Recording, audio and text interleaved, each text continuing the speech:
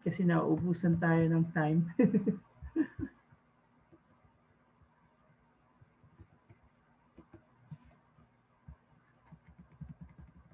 So we have discussed about acid and bases ngayon last time.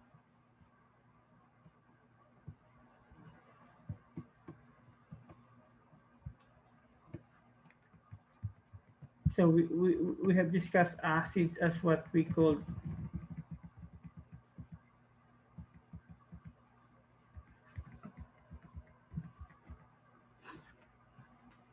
Sartase, react with metals to produce hydrogen, react with carbonates and bicarbonates to produce carbon dioxide gas. While bases a slippery base, a taste while it has a slippery feeling like soaps. So when we're talking about Bronsted-Lowry acids and base, we're talking about the hydrogen donor, one being a proton donor and the other one being a proton acceptor. Okay? So yun yung pagkakaiba ng dalawa. So what we have in the Bronsted-Lowry acid-base definition is just an exchange of hydrogen. Okay, so one would donate its hydrogen, which is in the form of proton, and the other one will accept the hydrogen. So we have an acid when a hydrogen is donated, okay, to ammonium, which accepts the hydrogen, which serves as a base. So if we're going to look at this, okay, so we should be able to identify which is an acid and which is the base. I think these are the type of questions that you're going to be asked. So ang ano lang sa inyo dito meron kayong additional point. Teka lang ha.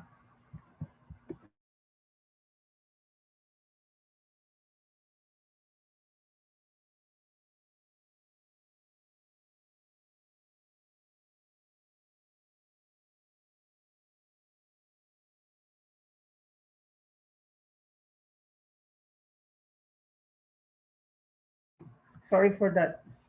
So I saw the type of questions that's being asked during your departmental thing. So siguro ganito yung question sa inyo. Which of the following is the acid, which of the following is the base, or which of the following is the acid-base pairs. So you should be able to identify it. Okay?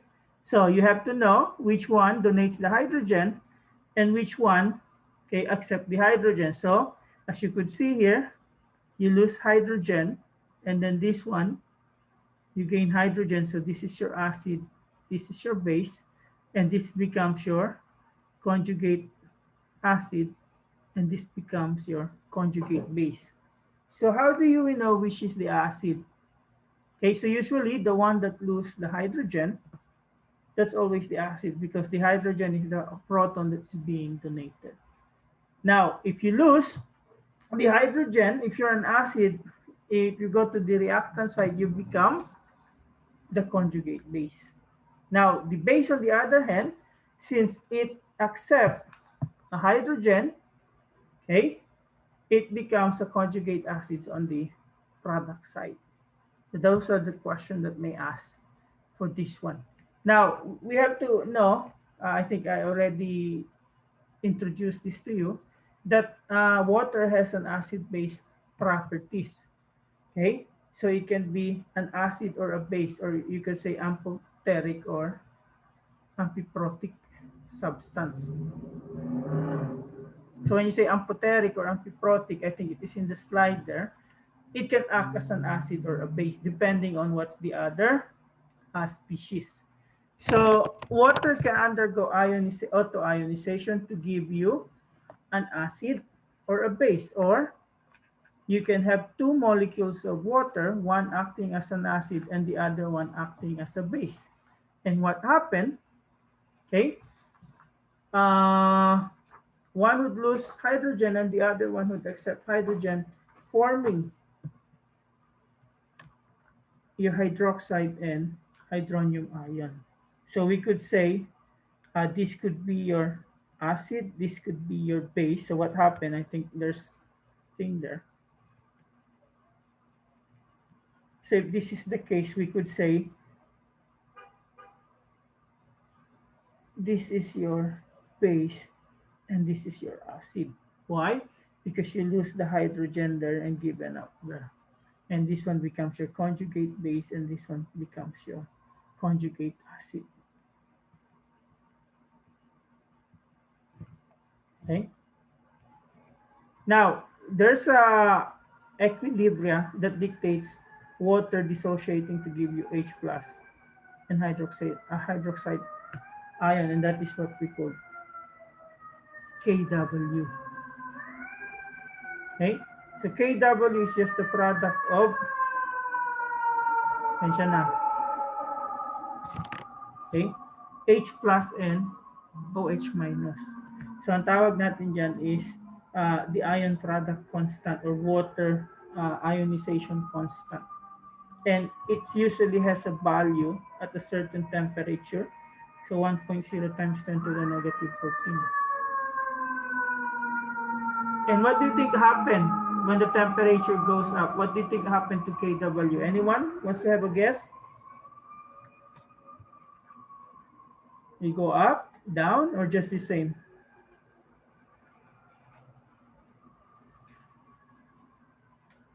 Anyone? So usually when the temperature go up, the Kw goes up. So it's just like favoring the forward reaction as the temperature goes up. Now, depending on the amount of H plus with respect to hydroxide, you can say the solution is either neutral, acidic, or basic. Okay? So we go with the pH because that's the important thing that you have to know here in the equilibria. Now, pH is just a measure of acidity. And it's just given as pH equals to negative log H plus. Okay? So we could say it's just the negative log of whatever the concentration of your H plus. Now, if you're going to look at this pH, it's going to be helpful, okay, to know the pH of a given substance. So usually they have this so-called pH scale. And in the pH scale, they have a demarcation unit that's called 7. So higher than 7 is basic, lower than 7 is acidic. pH equals to 7 is neutral. And it can also tells you about the amount of H plus with respect to hydroxide ion. Okay? So why do we need to know about this thing? Because we use this to determine the concentration of your H plus. And if you go into detail, usually once you have pH, you will know the OH minus, you will know the H plus, you will know the POH. Okay, but we just focus on this one. So what's the relationship of pH value and the concentration or the value of H plus? So usually they have inverse relationship. So when you say an inverse relationship, the lower the pH, the higher the concentration of the hydronium. So it's just like a seesaw. So if the pH is low, okay, the hydronium ion is high. Okay, and to give you an idea how you measure it, you can use the so-called pH meter. Now, in addition to the pH, we can also relate the POH on it. Okay, so POH is negative log of hydroxide. And if we're going to relate the H plus times OH minus equals to Kw, so if we're going to put the negative log in everything here, so usually we're going to have a relationship like this one. So this is what? Negative log of H plus is pH, negative log of OH minus is POH, and then the negative log of 1 times 10 to the negative 14 is 14. So in short, if you have pH, you can get the POH. And if you have the pH also there, you can get the H plus. And if you have the POH, you can also get BOH minus. So what relates the two? pH and POH, this one. Now what relates pH with H plus? Anyone?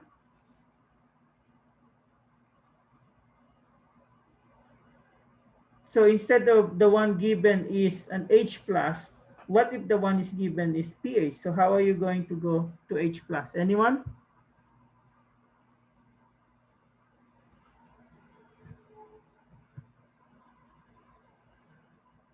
So if you want to get the concentration of the hydronium when you're given the pH, that's 10 raised to the negative pH.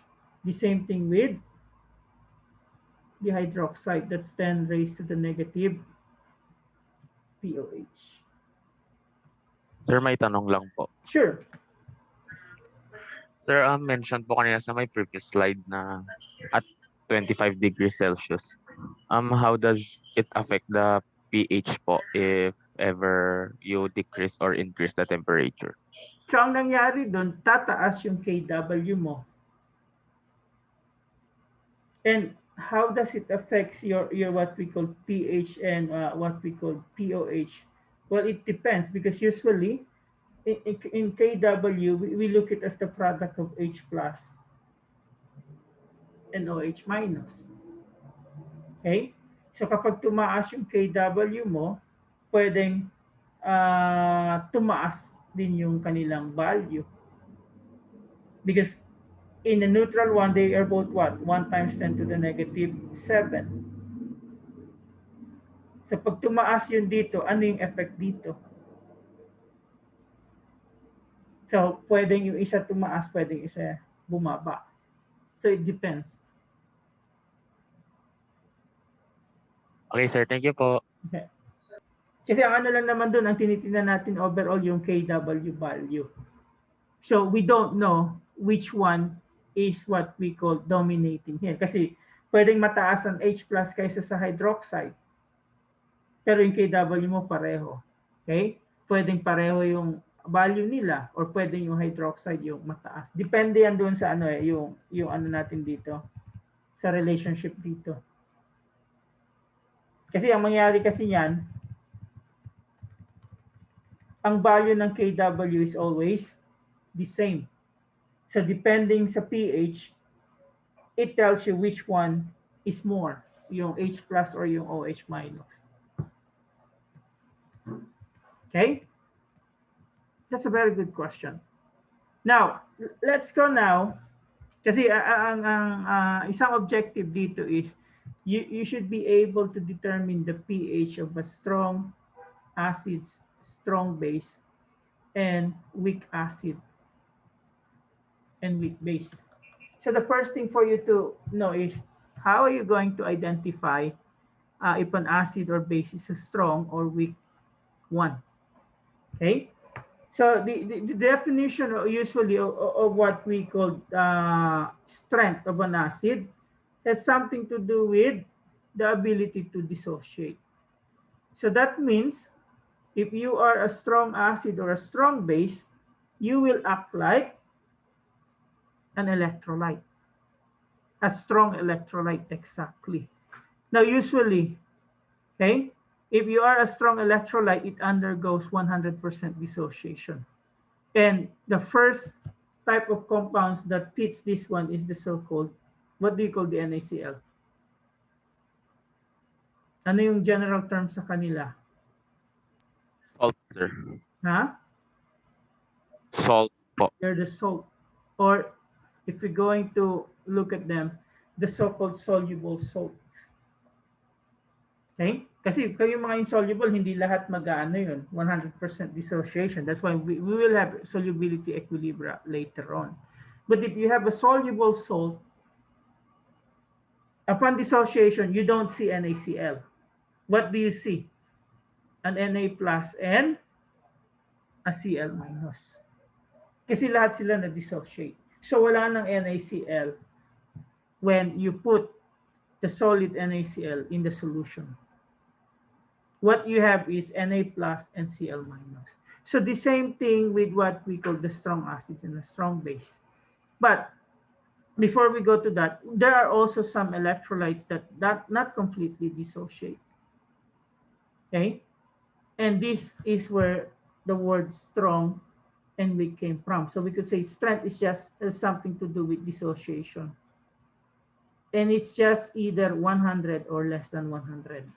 So if you're strong, you're 100% dissociate. If you're weak, you if you don't what we call less than 100% dissociate, then you are weak. If you don't dissociate at all, then you are a non-electrolyte. But we don't have an acid and base that don't dissociate. So our acids are either what? A strong acid or a weak acid. So if you have a strong acid, what happened here, as you could see, this is what? One direction arrow here. It's an equilibrium, a reversible one. If you have a strong acid, when they dissociate, you don't have HCl and nitric acid in the solution. Okay? What you have is 100% H3O plus or Cl minus. So 100% na dissociate yung strong acids mo. So you can Sir, also... may tanong po ulit sana, Yes, sir. sure. Sir, when we mean of dissociation, sir, literal po ba na maghihiwalay sila sa kapag hinalo sa water? Yep. They dissociate. Yung H plus ng acid magmi-mix doon sa water to form H3O plus. So literal na naghihiwalay sila. They act like a soluble salt. Now the thing is, there are only few strong acids. So all you need to do is memorize them, and then after that, if they're not listed there, they're weak. Okay? So you have HCl, HBr, HI. So these are what we call the binary acids made up of H and another atom.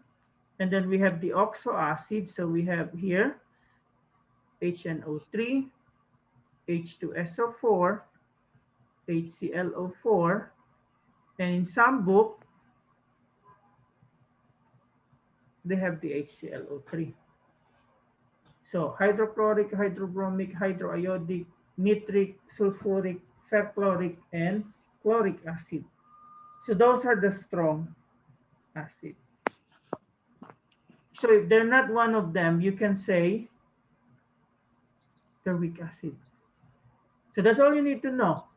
Alamin nyo lang yung strong acid. Kung wala siya doon sa listahan, most likely it is weak.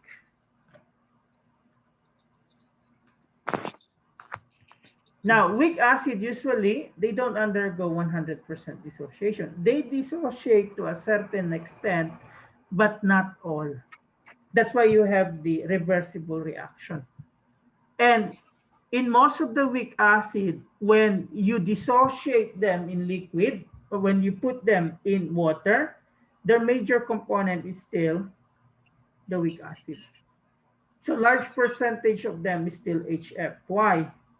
Because only a certain extent of the HF dissociate to form H3O plus and F minus. So ito pa rin yung masasabi nating major species in the solution. Kasi hindi naman siya nag-dissociate eh. Kapag kasi strong acid, wala na yung acid. Nag-dissociate na siya. But if you have a weak acid, most likely the acid's still there, intact. Because only a few of them dissociate. Okay? Now, strong bases, again, they undergo 100% dissociation. And there's also a guide that you have here to know which of them. So usually they're hydroxides, the soluble hydroxides of group 1A and 2A. So if you're not going to if you're going to memorize which are the strong bases, all you need to do is look at the periodic table, and all that are soluble hydroxide of group 1A and group 2A, those are the strong bases. And again, if they're not on the list, like ammonia, and the other, then they're not what we call strong bases. Okay, and the weak bases that we can have is sample here like this one. So as you could see, you can still see hydroxide being formed there. So if we're going to look at what we call the not the Henderson Hazel, but the Bronsted-Lowry definition. So you could say this is what? This is your acid, this is your base. Okay, so this is your conjugate what? Base, and this is your conjugate acid. So here, this is your acid, this is your base, and this becomes your conjugate base, and this becomes your conjugate acid. Okay? So if you're going to look at the things that you need to remember in the conjugate acid-base pair, the conjugate base of a strong acid has no measurable strength. So anong ibig sabihin yan? Kapag strong acid, one direction lang yan. So kung ano man yung naging conjugate base mo, hindi yan pwedeng bumalik doon. Okay? Yan yung ibig sabihin na no measurable strength. And H3O plus is the strongest acid that can exist in aqueous solution. And the hydroxide is the strongest base that can exist in aqueous solution. Because why? As I have told you, kapag nilagay mo yung strong acid as a strong base sa water, they don't exist, right? Hindi nag-exist itong mga to kapag nasa water na. Kasi, ito na yung formula. Hindi rin nag-exist itong mga strong acids kasi ito na yung formula. Yun yung ibig sabihin ng statement na yun. Okay? And another way, I think, to look at the strong acids and strong bases, this one. So if you look at the strong acid here, so before ionization, andun siya. But after ionization at equilibrium, do you see any HCl? May nakikita ba kayong HCl? Wala. Kasi hindi na siya nag-exist. And if you're going to look at that at molecular level, you will see that there's no such thing as HCl. Kasi nag-dissociate na siya to H plus and Cl minus. But if you have a weak acid, okay, if you have a weak acid, look what happened. HF, when it dissociates, you could still see some HF there. And it's much higher than the one that dissociate. Because only a certain amount of them dissociate. So, klaro ba tayo doon? Yes po, sir. Kasi maraming concept question ang pwedeng lumabas dito. Analyze. Okay, kuha lang ako tubig. Okay? Analyze kung may question kayo, magtanong na kayo bago tayo maggawa ng mag-calculation.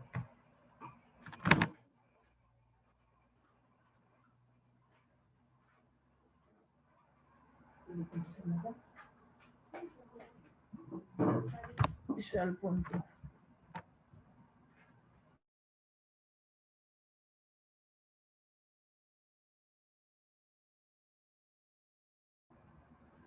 Tanong.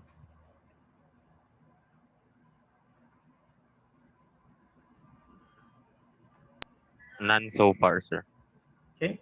So, gusto ko tandaan nyo itong ano na to. Kasi ang next thing na aanohin natin is how do we get the pH of a strong acid and a weak acid. Okay? So, saan nakadepende yung pH?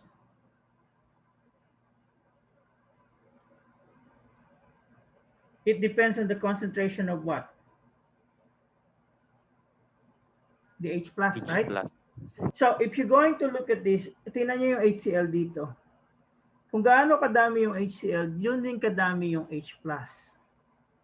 Because if you have, let's say, an acid like this one, if you dissociate, let's say if you have 1 molar of that, you're going to form 1 molar of H plus and 1 molar of Cl minus. Now, compare it with the weak acid. Kung meron kang 1 molar ng HF, are you going to form also 1 molar of H plus and 1 molar of F minus? Is this possible? So the answer is no. Because if you're going to look at this, ito yung HF na kadami, pero ito lang yung H plus na nag-form. So that means you can apply this equation for strong acid. Pero sa weak acid, hindi mo yan ma-apply. The same thing with the hydroxide. Maybe kung ano man yung, let's say, sodium hydroxide mo, when you dissociate it, so you have 1 molar of NaOH, you also form 1 molar of Na plus and 1 molar OH minus. And all you need to do is what? Get the pOH of negative log of H plus of OH minus. And then, kuha ka ng pH, subtract mo yung 14 with the pOH na nakuha doon para makuha yung pH. So yan yung gagawin natin ngayon. Paano mag-calculate ng pH ng strong acid, weak acid, strong base, at weak base. And I think it's there also in your course pack. Okay, so let's try with the strong one first because that's the easy one.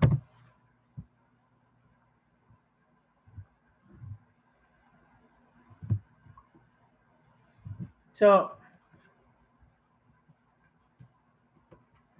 ito. So, paano natin i-calculate ang pH ng strong acid at strong base? So, all we need to do is look at the given species.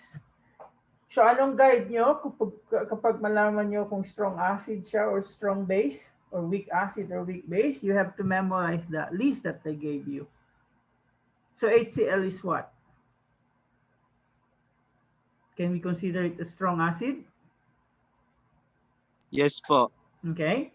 So, if it's a strong acid, that means we dissociate it to H plus, or if you want a water on it, we can put an H3O plus on that. So, yung H plus, pareho lang yan sa H3O plus. Ang pagkakaiba lang, ito ay H plus with water. But in some book, they just use H plus. But if the water is there, then we can put H3O plus. So the question now is, so if we have the concentration here of 1.0 times 10 to the negative 3, so that's that, like this one, right? So ano yung concentration ng H plus, H3O plus mo at Cl minus?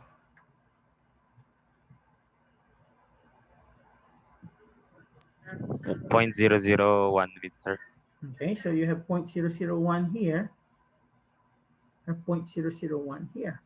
So all you need to do with the pH is just negative log of H3O plus or H plus. So palitan mo lang yun doon. Ano yung sagot mo?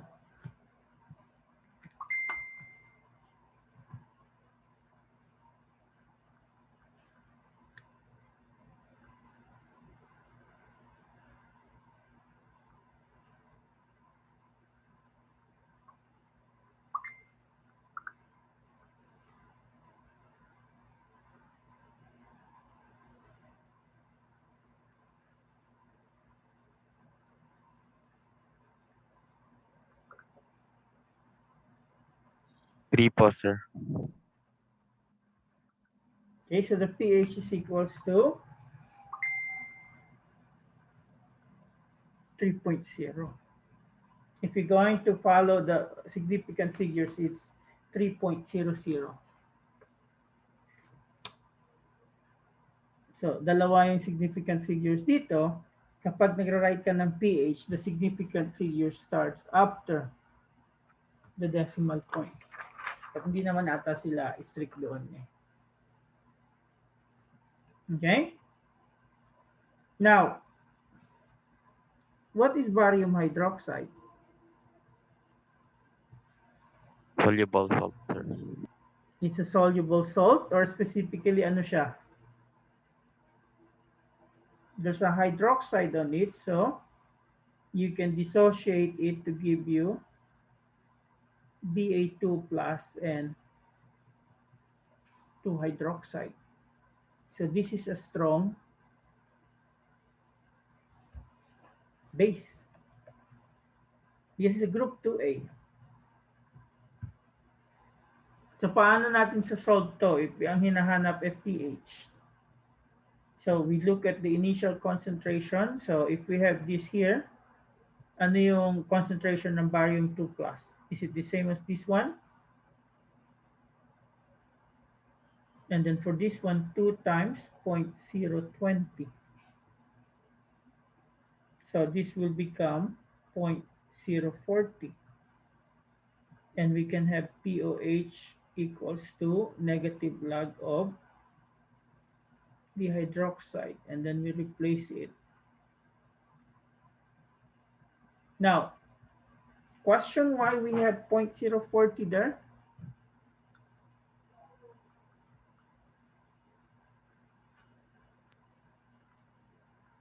Sir, dahil sa may coefficient na 2 ng OH.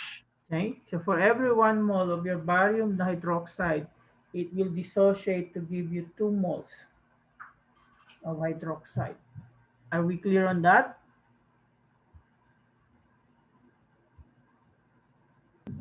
Okay. So all we need to do is calculate for this one. So ano yung POH nito? Negative log 0.04.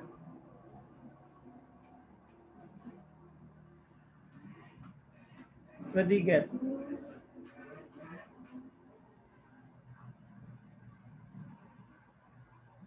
You get around 1.3979. Yes, sir. Which you round up to 140. But again, this is a POH. So to get the pH, it will be 14 minus 1.40 to give you 12.60. So kaya sagutin yung mga ganito?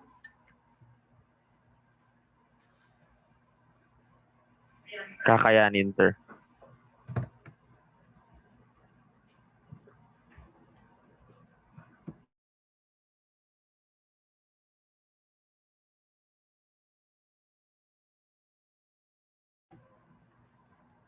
Now, let's try the other one. So the weak acids. So paano natin kukunin yung pH ng weak acid? Because they don't undergo dissociation. So dyan pumapasok yung chemical equilibrium. So when a weak acid, we can designate as HA, dissociate in water.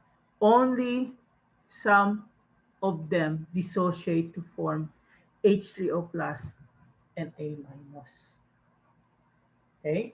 Since only a certain extent of them dissociate, we put the reversible sign. And then out of this one, okay, we can simplify it.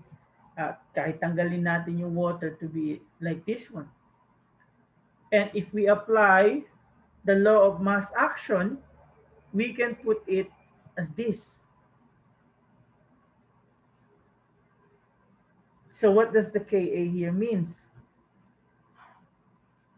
That's your acid ionization constant or acid dissociation constant. So ano yung information na kino-convey nito? Yung information na kino-convey ng Ka is kung gaano ka-strong yung weak acid. Okay? Although it's a weak acid, we can still compare the strength of this weak acid. So ano ibig sabihin dito? Among the weak acid, you can still say, what we could say which one is a stronger one? When we say stronger one, which one will dissociate more? Because the information conveyed by Ka, the higher the Ka, the higher is the strength of the weak acid. So, hindi porket weak acid sila, pare-pareho lang yung dissociation constant nila. Or pare-pareho lang yung percentage na nag-dissociate sila. So, yung mas mataas ang Ka, ibig sabihin, mas madami sa kanila yung nag-dissociate. So, for instance, if I ask you to compare which is a stronger acid, let's say between formic acid and acetic acid,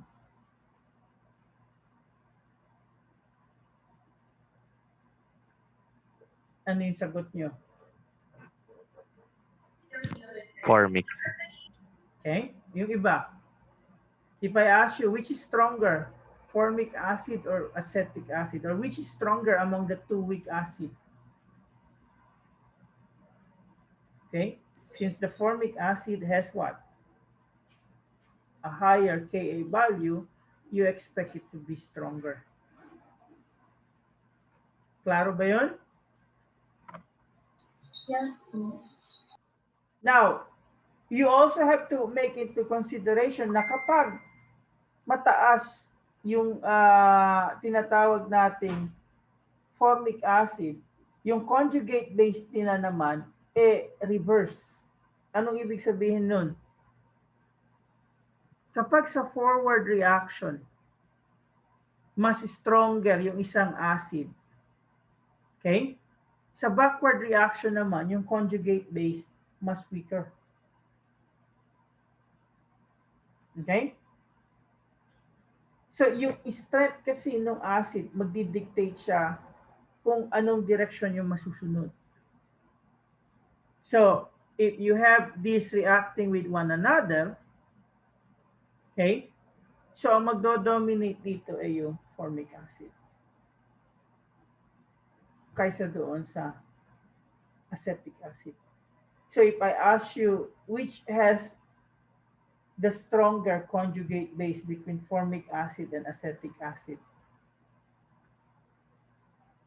ano yung sagot nyo? So, is it between formate or acetate? Kasi yan yung conjugate base nila eh. So, alin dito ang stronger conjugate base?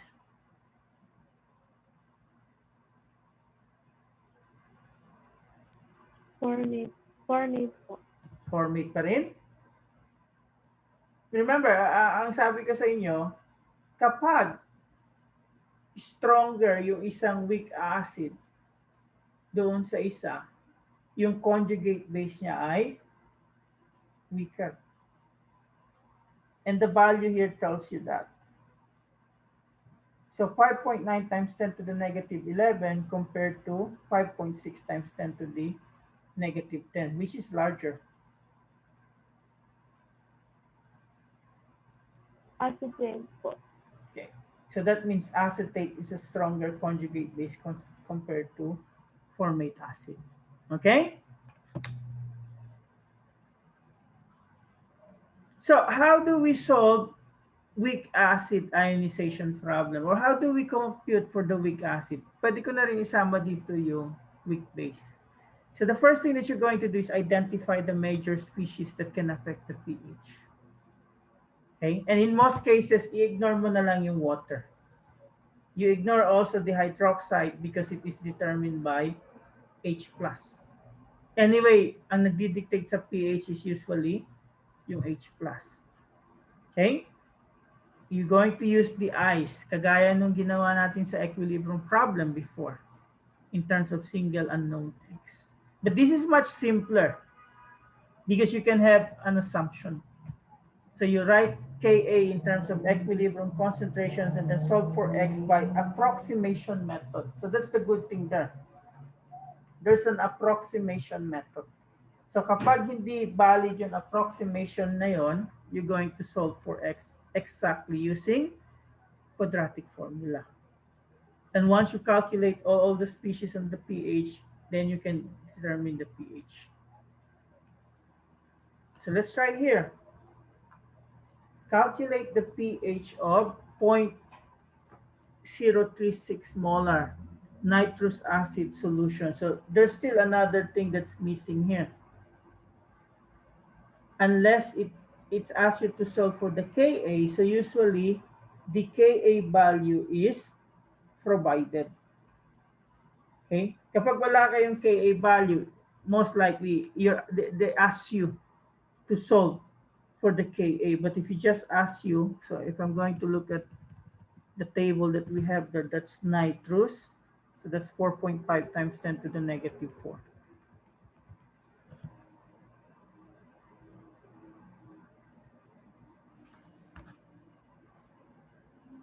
So it should be given. Or else that's the one that's being asked. So how do we do it? So we do the ice, or the one that I term as the rice. So what we do here, we put the initial.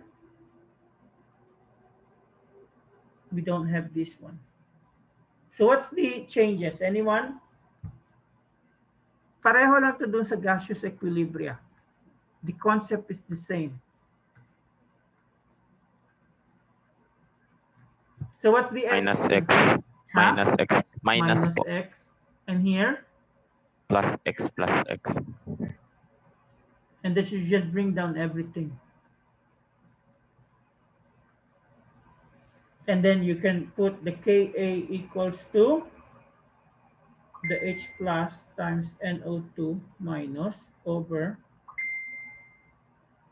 HNO2.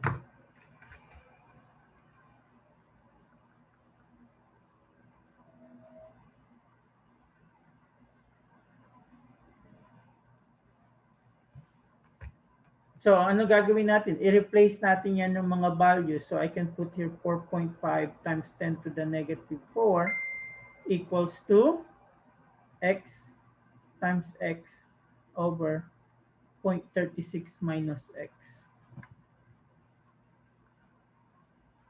Now, ito yung maganda dito kaysa doon sa equilibrium. Pwede kang mag-assume. Ano yung assumption mo? Na yung x ay napakaliit na hindi siya na wala siyang epekto doon sa initial concentration. C over K, sir. C over K. T over K. Yeah, you can do that thing also. Okay? So you can have the initial divided by the K value. In other books, they have the 5% rule. So if the T or the initial concentration divided by this is over 1,000, you can make the assumption. So if that's the case, what will happen? So you can cross multiply this one, and you will have here what? X squared. And all you need to do is get the square root of that.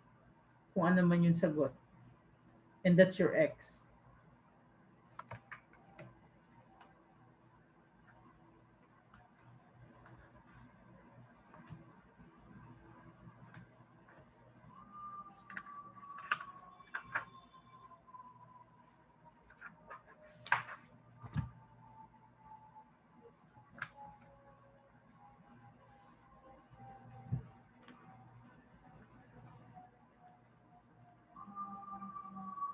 (4.5) exponent negative 4 times 0.036, that's 1.62.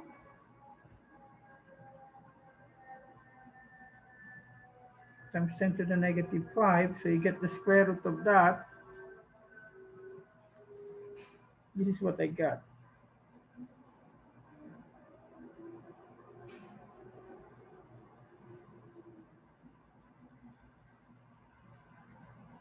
And this is equals to what? pH equals to, because that's an H plus, right? X is equals to your H plus. So you're going to get the negative log of that. So this is equals to what?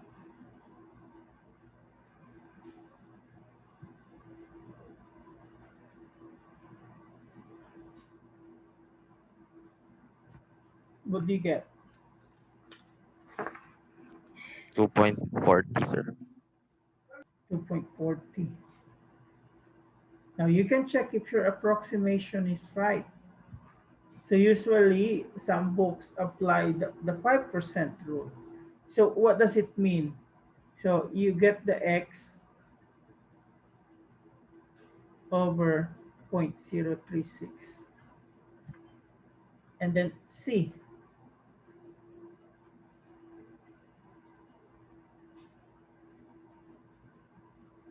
So you get what? 11%.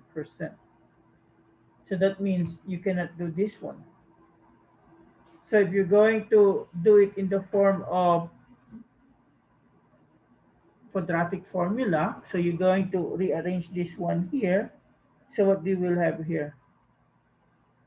4.5 times 10 to the negative 4 times 0.036 minus x equals to x squared, right? And then you rearrange it, you will have x squared plus 4.5 times 10 to the negative 4x minus 0.036 times this one, which is around 1.62 times 10 to the negative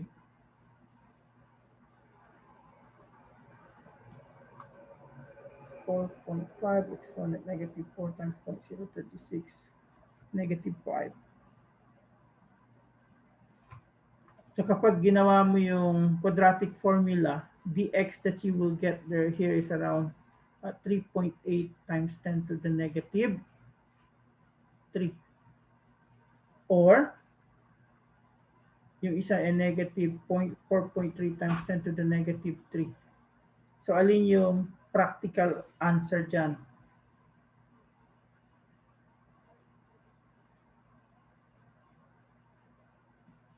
So one is a negative, one is a positive, so most likely this one. And see how it's far from here? And you can just get what's the corresponding pH on that. So from 2.40, when you do the assumption or approximation, ang makukuha mo dito is around 242, which is a little bit what? Close. So that's how you solve pH. Sir, may tanong po ako. Sure. Yung negative log po, lalagyan lang po ba ng negative sign yung logarithm sa calculator o i-inverse po? Kukunin mo muna yung log value. Tapos ang lalabas dun ay negative. So to cancel the negative, you just put a negative one. Thank you, sir. Kasi kapag minsan nilagay mo yung negative tapos yung log, magbibigay sa'yo ng error.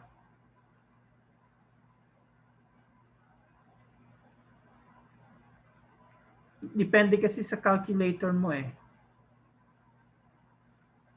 I seen some calculator na pag nilagay mo yung negative, magiging error. So what I do, I get the log, and ano man yung number, usually negative yung lalabas. So I multiply with a negative, it becomes a positive. So question.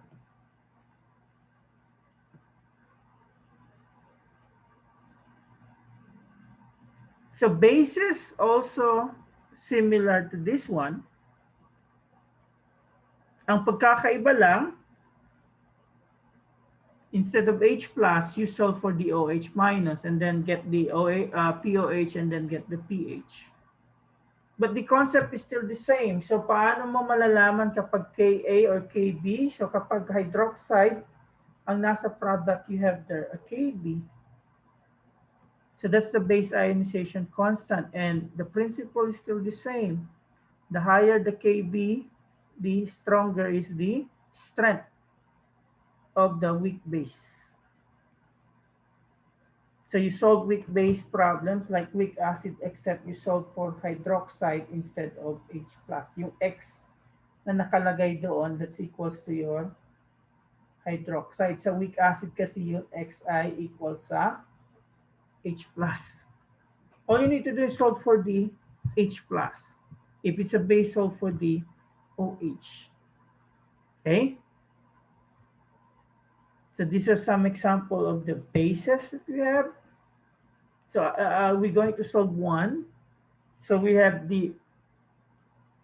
asked for the pH of a 0.40 molar ammonia. So we look at the Kb of the ammonia. Again, kapag wala yan, hindi mo rin siya masosolve. So that's 1.8 times 10 to the negative 5. Negative 5. Na-erase ko ata.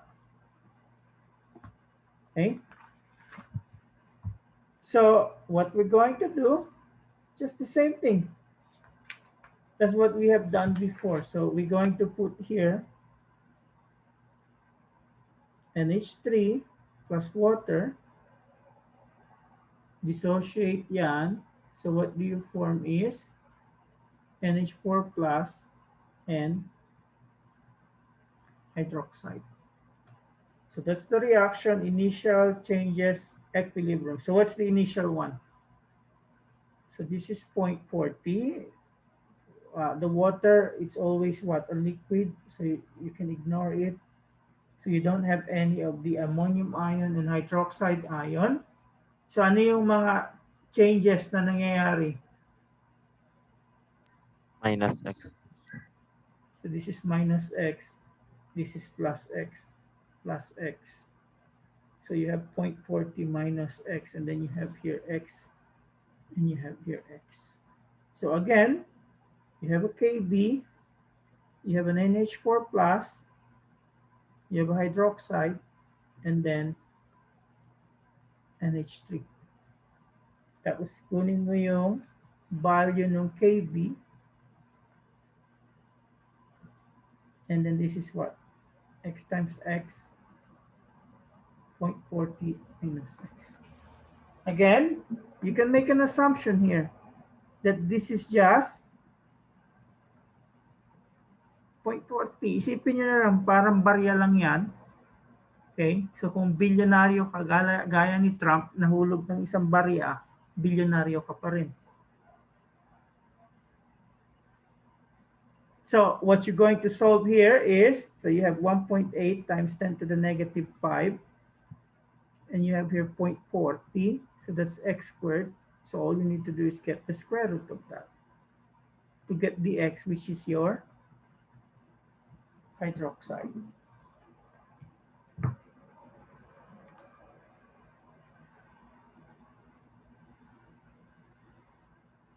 So ano, nakuha natin?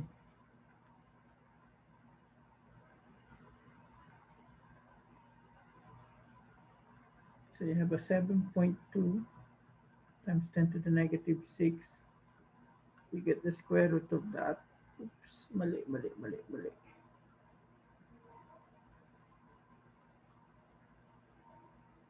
No.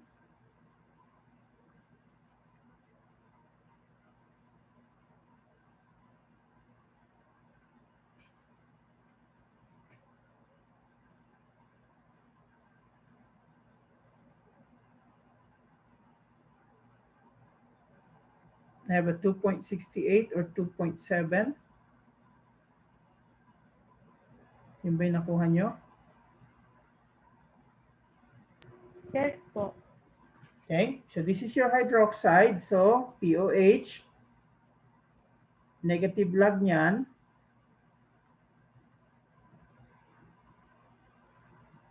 Sa calculator kasi 2.68. So what I do, I just carry it for the next calculation. So there's a negative log of that. So I will have around 2.57 to get the pH. So that's 14 minus 2.57. So I have there 11.43.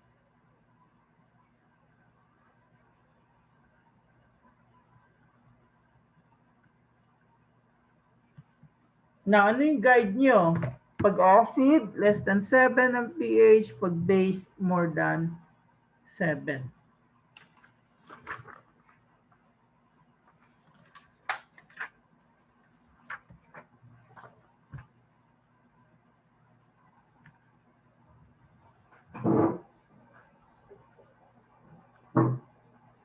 Tanong.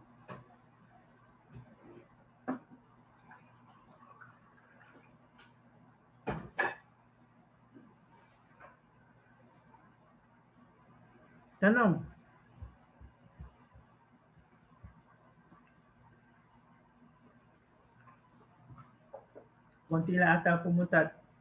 Katatapos lang ng ano.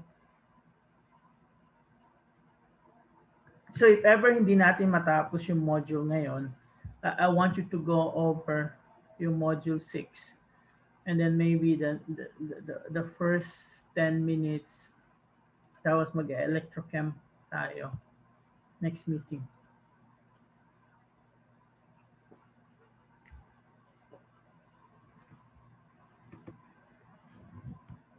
So question? So yung next na gagawin natin is just about the buffer. And I think the course pack has a nice, we could say, explanation on this one. I'm just trying to see if I already has access to it.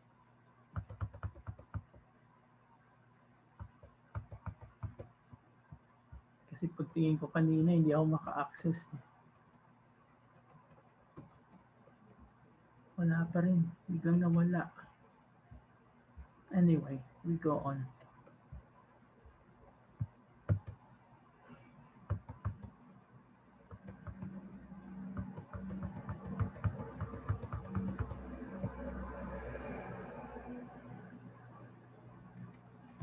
So buffer.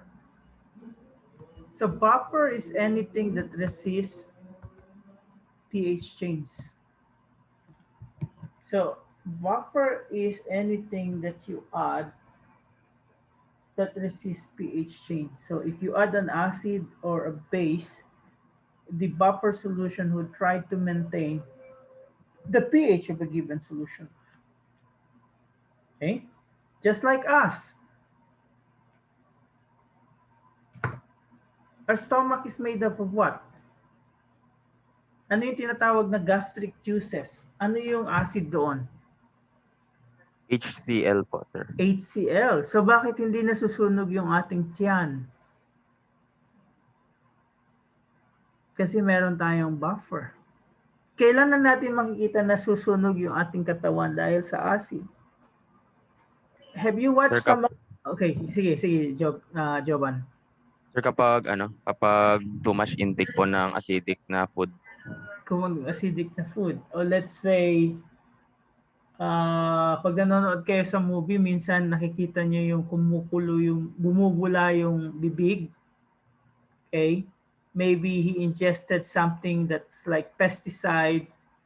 So, ang nangyari doon, yung gastric juices natin, pinupush out yung foreign matter na in-ingest natin, and in doing so, pumupunta siya, let's say, sa bibig na hindi na buffered. Okay? And if you look at the history, how they found out that HCl made up these gastric juices is just one of those stories, macabre stories. Okay? So may isa na aksidente, tapos sabi ng doktor, aalagaan kita, pero for the meantime, gusto ko malaman yung acid na doon. So from time to time, nilalagay niya doon sa hoon, yung iba't ibang pagkain, nakikita niya yung affected, so they were able to deduce anong acid yun. So ano yung buffer natin sa body? Anyone? What's the buffer system in our body?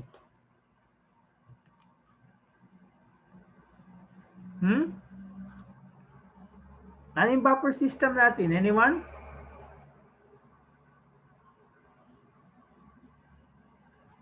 May bio ba kayo? Related sa bio yung buffer system natin. Ano yung tinatawag Wala po, sir. Wala. Okay, ano yung tinatawag na energy fuel sa bio? A 3-letter. Okay? So yung tinatawag na ATP, ADP. So yung ATP doon, yung buffer doon, yun yung phosphate. So our body is made up of phosphate buffer. Now, whenever you have a a buffer, usually, ang composition yan, either weak acid or weak base. So kapag may weak acid ka, dapat nandoon yung conjugate base mo in the form of salt. Kapag weak base ka, nandoon yung conjugate acid mo in the form of salt. Okay? So ibig sabihin HCl hindi pwede. Hindi pwede yung sulfuric acid, hindi pwede yung nitric acid. Why? Why do you think the strong acids are not allowed? Because we all know if you have a strong acid, you have one direction reaction. So a buffer solution, usually, kailangan weak acid siya at saka yung conjugate base. Okay? So, ang definition kasi ng buffer solution, ability to resist changes in pH upon addition of small amount of either acid or base. So, kapag strong acid, strong base yan, pag dagdag mo ng strong acid, strong base, lalo na magpapalit yung pH ng solution. Okay? So, let's say we have this one. This is acetic acid and sodium acetate. So, you have a weak acid here, and this one is a conjugate base of that weak acid. When we add the Na+, that becomes the salt. So, paano yung mechanism ng buffer system? So, kapag nag-add ka ng strong acid, so that is in the form of what? H+. So, ang mangyayari dito, kapag nag-add ka, okay, ng strong acid sa buffer system, ang mag-a-act sa kanya ay yung base. Okay? So in this case, which is the base? The acetic acid or the acetate? Anyone? Acetate, sir. Yung acetate. So kapag nag-act yung acetate, usually ang magpo-form yung isang component, yung acetic acid. So kapag naman nag-add strong base, so that's a hydroxide, so alin yung mag-a-act doon sa buffer system?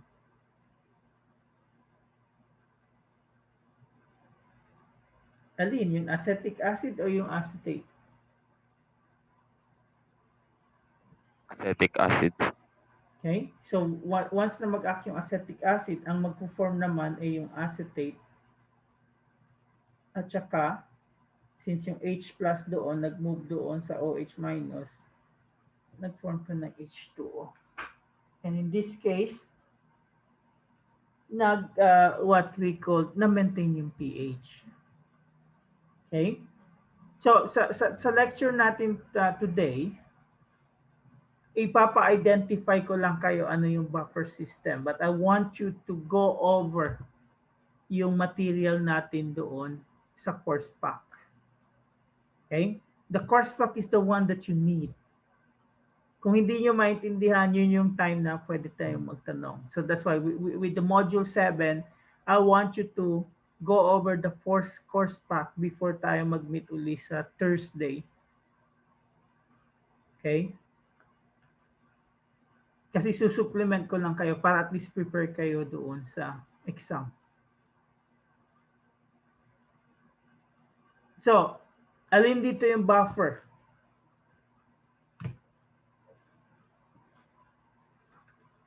Lahat? Yung A lang, yung B lang, o yung C? So, is this a buffer? Yes or no?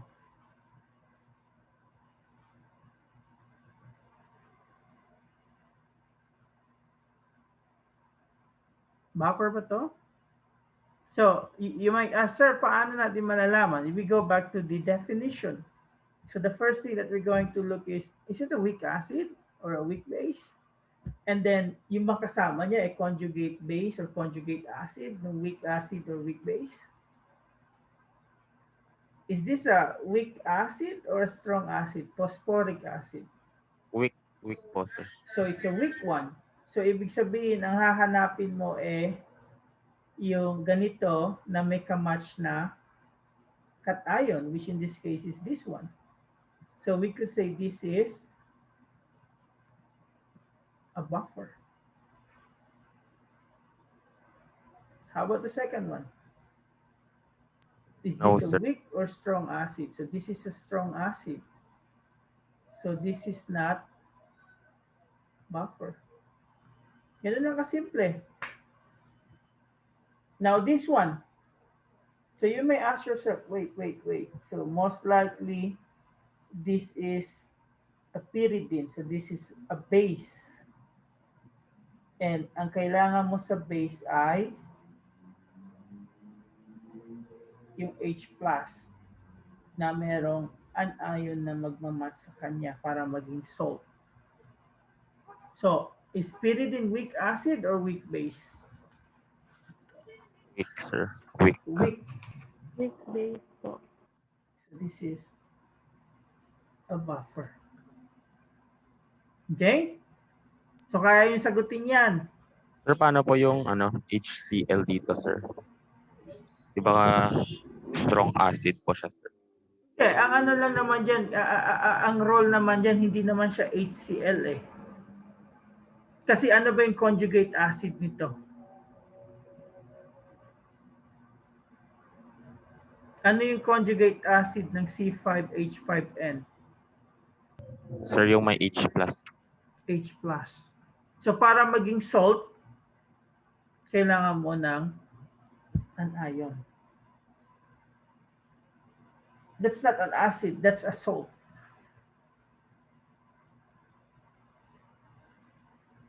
Yan yung form ng mga gamot natin. They are in the form of the salt. Okay? You can only consider HCl as an acid if it's just HCl. But if it's connected with another elements, you cannot say that's hydrochloric acid. Klaro ba tayo doon? Yes, sir. Yung iba, parang yung dalawang J lang sumasagot sa akin na. Si Joban at si Gia.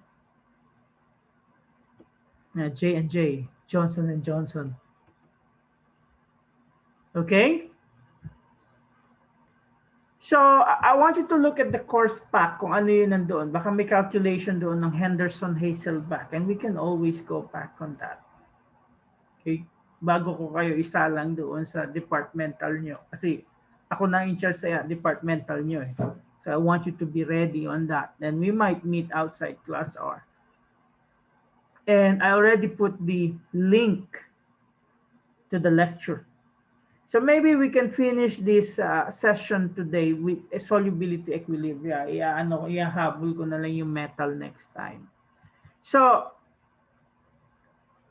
in solubility equilibria, as I have told you, kapag soluble salt ka, it's always what? If you have an NaCl, you always have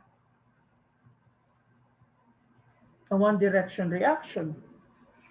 So, hindi mo kailangan yung tinatawag nating equilibria because it will happen 100% all the time. So, when it happens 100% all the time, ibig sabihin, magdi-dissolve siya. And usually, yan yung definitions ng tinatawag na solubility rules. When they have the statement are soluble, ito yung ibig sabihin na yon. Now, meron ding statement doon sa solubility rules like yung tinatawag na all chlorides, bromides, and iodides are soluble except in silver, mercury, and lead. So, anong ibig sabihin nun? Limited yung solubility nila. Okay? Ang ano nga namin, sa Gen Chem 1, sabi namin noon, it's soluble versus insoluble. So parang ang demarcation line is ano, hindi or soluble. Yung parang yes or no. But if you're going to look at the fine details, malalaman nyo sa Gen Chem 2, yung palang tinatawag nating no, not soluble or insoluble, they are soluble. But the only difference is the amount that dissolved is really low. So kumbaga, yung soluble na term ay grams per liter, yung insoluble na term ay micrograms to milligrams per liter. So anong ibig sabihin nun? Just like your weak acid, weak bases, so if you have some solid materials whose solubility is limited, or we could say sparingly soluble, okay, you use equilibria. So anong ibig sabihin nito? If you have a silver chloride, you put it in water, it can dissociate to give you what? Silver plus and chloride ion. And again, hindi lahat. I mean, it doesn't undergo 100% soluble. Hindi gaya dito. Right? So dito, sodium chloride, kapag dinisolve mo, you don't see the sodium chloride anymore. What you see is the sodium ion and the chloride ion. Here, makikita mo yung silver chloride. Makikita mo yung sodium chloride kapag meron kang tinatawag na saturated solution, but I think you didn't discuss this term.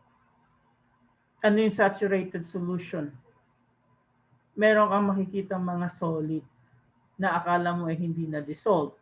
But what happened is you have an equilibrium system wherein the rate of dissolution, yung pag-dissolve ng solid sa solvent, is the same as pag-recrystallize nung na-dissolve na what we call na solid.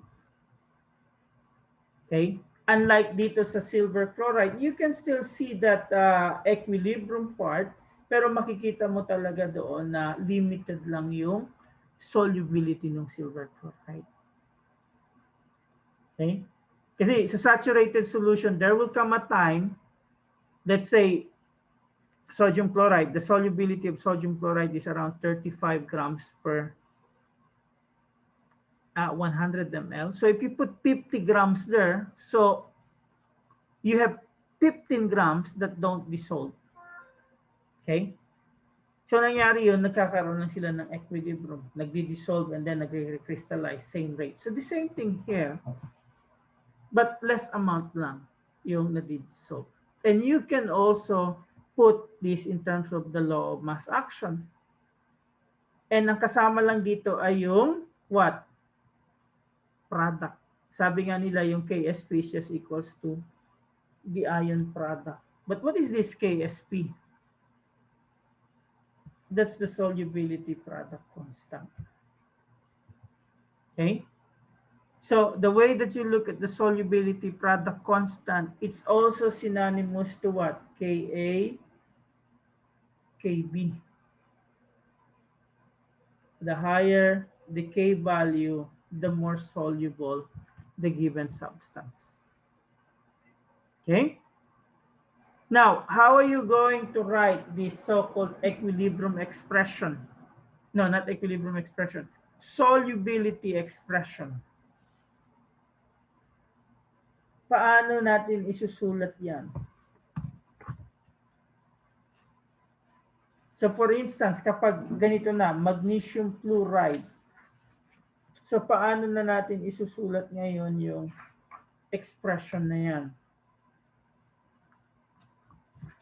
So we still follow as the one that we have. We don't include the solid. So paano natin susulat to? So you have magnesium 2 plus and then F minus squared. Yung law of mass action principle pa rin ang i-apply natin. And then if we have silver carbonate, so we're going to write it in terms of this. And then if we have calcium phosphate, so paano natin i-write to? Anyone? So, hindi kasama to. So, ibig sabihin, ito ay to the third, ito ay to the second, if you're going to write the KSP. Kaya ba to? Yes, sir. Okay. Now, aside from expressing them, we can also get information with respect to, okay, kung meron tayong concentration ng mga ions, anong ibig sabihin nun sa aqueous solution? So, yung Q dito, pwede natin sabihin yan yung concentration ng, let's say, cation times the concentration of the anion o yung ion product. Now, kapag ang Q is less than doon sa KSP, we have an unsaturated solution.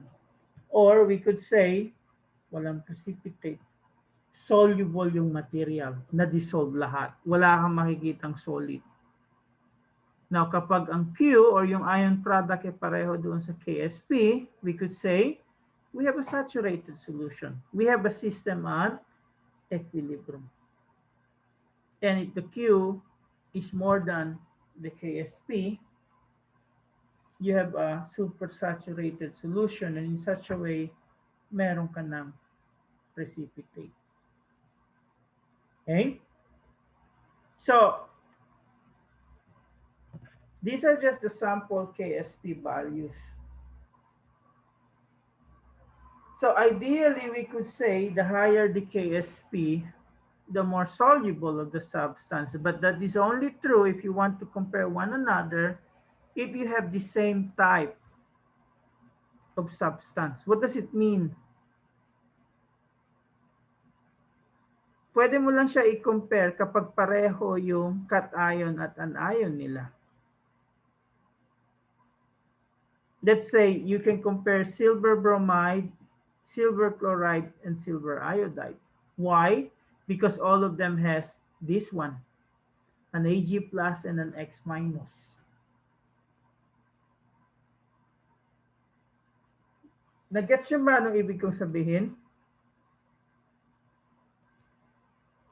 Yes, sir. So pwede mo i-compare yung KSP value kapag pareho yung type nila. But if you have a type like this,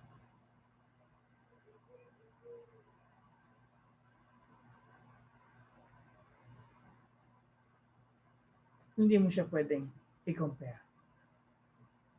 Okay? So for instance, you cannot compare silver carbonate with the one that I mentioned. So if they have the same, I can ask you the question between silver bromide, silver chloride, and silver iodide, which is the most insoluble? Or which is the most soluble?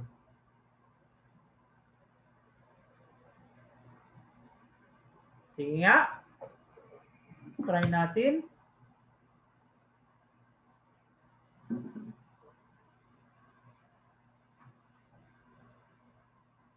So, dyan sa tatlong yan, alin yung pinaka-soluble, alin yung pinaka-insoluble? Kung naintindihan yung ibig kong sabihin. So, when we say pinaka-soluble, the one that will dissolve. Pinaka-insoluble, the one that will precipitate. Sir, yung pinaka-soluble po yung silver iodide kasi matataas po yung KSP niya. Mataas ba ang KSP ng silver iodide? Remember, this is a negative. Oo pala, yung silver chloride po pala. Okay? So, pinaka-soluble ay yung silver chloride, pinaka-insoluble ay yung silver iodide. But you can still compare, let's say, when you want to compare silver carbonate, but you have to go in the same level doon sa amount ng yung silver. Pwede nyo pa rin siya i-compare, but not as easily as, let's say, just looking at the KSP value. You have to solve some problem. Okay? And the problem that we have there in solving here, dalawa lang yung tipo dito eh. Pwedeng given yung solubility, kukunin mo yung KSP, or given yung KSP, kukunin mo yung solubility.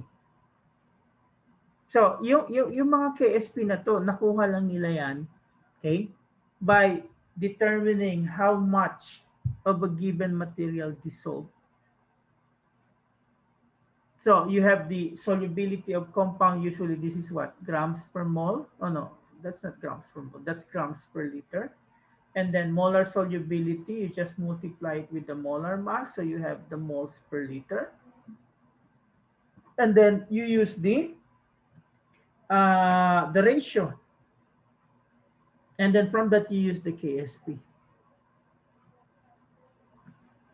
So, ang difference ng molar solubility at solubility, yung molar solubility is moles per liter, yung solubility is grams per liter. Or you can have the KSP, and then from that, you're going to get the concentration of anion and cation, and then molar solubility, and then the solubility of compound. We will end this with this one. So the solubility of calcium sulfate is found to be 0.67 grams per liter. So calculate the value of KSP for calcium sulfate. So ano yung takbo dyan? Ito yun. So you have the grams per liter, tapos magiging moles per liter, tapos magiging ratio ng cation tsaka anion, and then the KSP. So what is missing here? Ano Molar. yung kailangan? Yung molar mass ng CaSO4. So we could have a 0.67 grams per liter here, and then you multiply it with every 1 moles of calcium sulfate. If you have the periodic table, it's around 136.2 grams of calcium sulfate. So ano yung makukuha nyo dyan?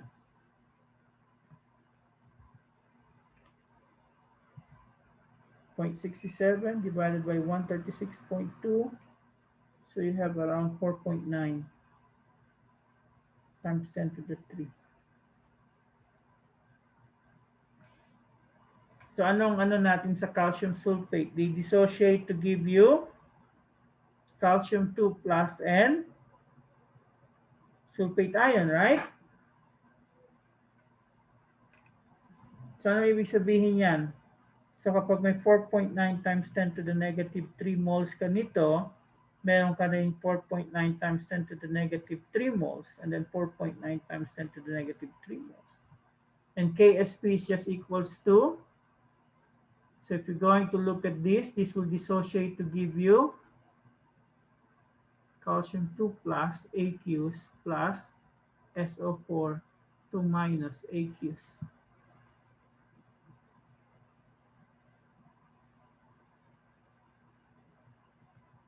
So you just have 4.9 times 10 to the negative 3 times 4.9 times 10 to the negative 3. Yun na yung KSP.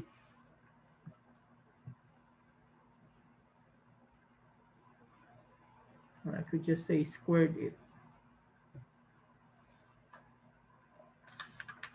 2.4 times 10 raised to negative 5 po yung 2.4 times 10 to the negative 5.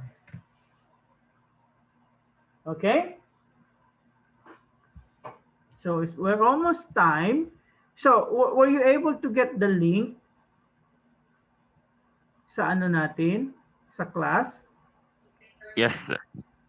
Because if you want more materials na ano doon, you can always go to that same materials, because that materials that I have, the web page that I have there, that's the one that I use for my what we call class. So if you're going to go to that YouTube,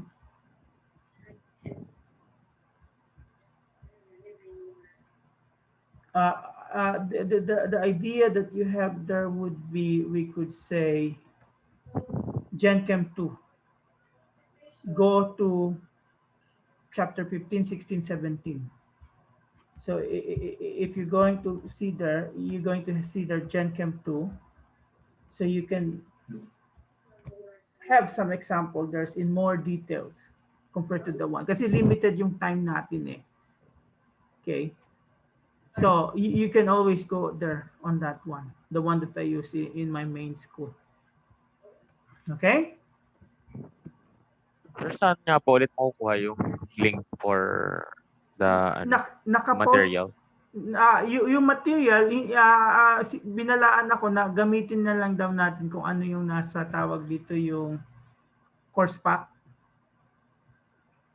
Sir, yun po ba yung Moodle, sir? Yung model, oo. Okay, sir. Thank you po. Yun na lang daw gamitin natin. Okay? So, kailangan ko na umalis kasi yung next class ko nag-aantay. But, we'll be meeting on Thursday, but we might meet outside class R, maybe Monday. I will also tell it to my other class. So, isang meeting na lang to discuss the chapter. Okay? So, okay ba? Okay na tayo? So, please read the course pack, okay? You're supposed to watch the videos there kasi sabi sa akin, hindi ka mag-aano diyan, hindi ka mag-lecture diyan. Eh ang ano diyan isusupplement mo lang kung hindi nila maintindihan. Because the time that we have is not enough. So if you want more, we could say materials aside from the course pack, you can go on the web page that I posted there. Okay? Okay po.